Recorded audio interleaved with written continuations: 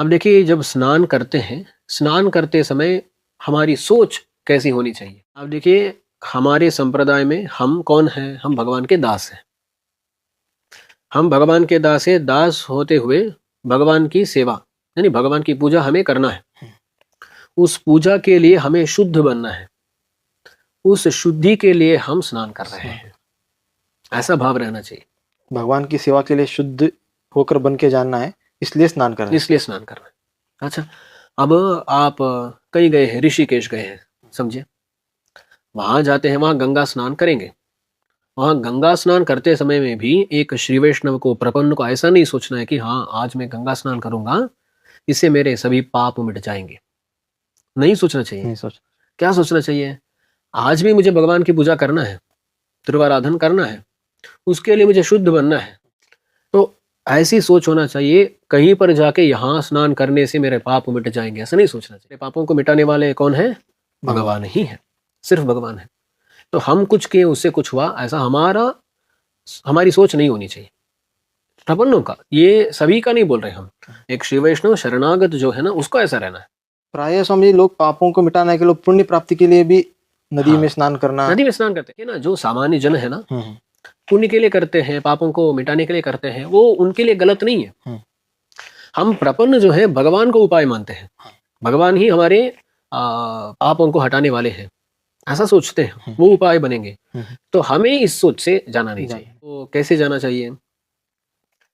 शुद्धि के लिए मैं जा रहा हूं, और वहां जिस नदी में या हमारे घर में ही हम स्नान कर रहे हैं, तो भी वो जो वहां का जल है ना, उसको ऐसा मानना है कि ये भगवान का श्रीपाद तीर्थ है। गंगा का महत्व क्या है? वो विष्णु पादों से, हाँ, भगवान के श्री चरणों से वो शुरू होती है, वही गंगा की महिमा है। तो जहां भी हम स्नान कर रहे हैं, वहां हमें ऐसा सोचना है कि ये भगवान का श्रीपाद तीर्थ है, और ये भी सोचना है कि आचार्यों का श्रीपाद तीर्थ है। हमारे आचार्यों के, भगवान के श्रीपाद तीर्थ हैं। तो ऐसा समझ सकते हैं, भगवान का श्रीपाद तीर्थ हमारे आचार्य पर गिर के उनसे हम पर आ रहा है, वो जो तीर्थ है वो आ रहा है, उसमें हम अवगाहन कर रहे हैं। ऐसी सोच से ही हमें करना है। तो जिस जल से हम स्नान कर रहे हैं, वहाँ हमारी भावना, हमारा भाव ऐसा होना चाहिए कि ये भगवान का श्रीपाद तीर्थ है। तो ऐसे स्नान करना है, क्योंकि हमें शुद्धि देने वाला तीर्थ वही है, श्रीपाद तीर्थ, भगवान का, आचार्य का श्रीपाद तीर्थ है। दास अंग्रेजी वीडियो में भी यह कहा था। श्रीरंगम में देखे तो वहाँ के आचार्य, जैसे यामुनाचार्य स्वामी जी थे, रामानुजाचार्य स्वामी जी थे, वो सभी कावेरी में रोज स्नान करते थे। वहाँ देखे तो श्रीरंगम में, श्रीरंगम क्षेत्र है, सबको पता होगा, श्रीरंगम के दोनों तरफ कावेरी बह रही है। वहाँ उत्तर दिशा में कावेरी बह रही है। वहाँ एक जगह है जहाँ यामुनाचार्य स्वामी जी रोज स्नान करते थे, उसका आड़वंदार पड़ी तुरे कहते हैं।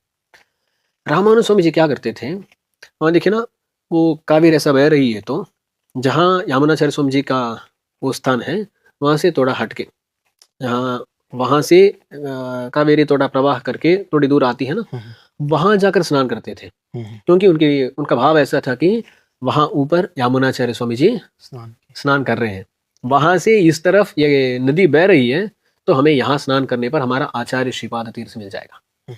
तो उस भाव से, रामानुज स्वामी जी के समय में यामुनाचार्य स्वामी जी नहीं थे, पर ऐसा भाव तो रहना चाहिए। तो ऐसे भाव से ही हमें स्नान करना चाहिए।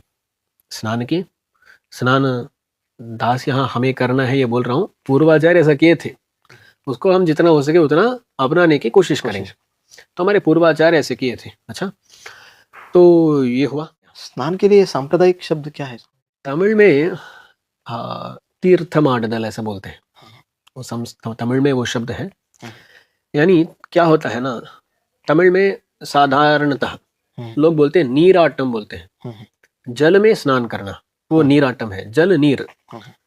पर हमारे संप्रदाय में क्या होता है, हम नीराटम नहीं बोलते, तीर्थमाडदल बोलते हैं। क्योंकि हम जिसमें स्नान कर रहे हैं वो सामान्य जल नहीं है ना, जल नहीं, वो क्या है, भगवान का श्रीपाद तीर्थ है। इसलिए हम क्या बोलते हैं, तीर्थ में अवगाहन, तीर्थावगाहन, तीर्थ स्नान ऐसा कह सकते हैं। शायद संस्कृत में बोलना है तो ये सही होगा, तीर्थ स्नान, ऐसा हो सकता है। तो इस भाव से हमें स्नान करना है। स्नान हो गया। स्नान होने के बाद ये सब देखे ना, ये सब कब होना चाहिए? सूर्योदय के पहले, सूर्योदय के पहले करते थे। ये हो गया। स्नान करने के बाद वस्त्र धारण करते हैं, वस्त्र धारण करना चाहिए, और उसके बाद ऊर्ध्व पुंड्र धारण ये सब करना चाहिए।